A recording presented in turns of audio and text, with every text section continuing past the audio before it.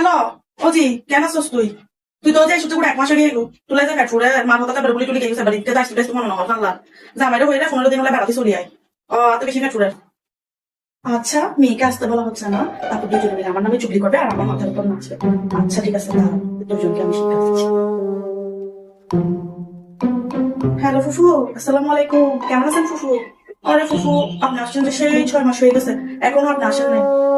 অন্য কারোর কথা জানি না আমি আপনার থেকে আসতে হবে আর আজকেই আসতে হবে আর এখনই আসতে হবে আপনি তাড়াতাড়ি করে চলে আসেন তো ফুফু আপনাকে খুব মিস করতেছি তাড়াতাড়ি চলে আসেন ফুফু আজকেই আসবেন আর এখনই পেকিং করে ফেলেন আচ্ছা ঠিক আছে ফুফু আসসালামু আলাইকুম বো তাড়াতাড়ি দূরে যাও বাবা মাসি বেল দিবে দিয়ে তাড়াতাড়ি যাও আচ্ছা ঠিক আছে আমরা যাচ্ছি আমি এই যে সব তুমি যাই মাই যাই আমি আস্তে আস্তে যাই লাইক মাই যাই আরে আসসালামু আলাইকুম অনেক আইও না ইনকো করতে কি অবস্থা কেন আছো আর তো ফোন করে আসতে না তো ওই তো ওই যা মাশাআল্লাহ তাকে বেলাই চাই যারা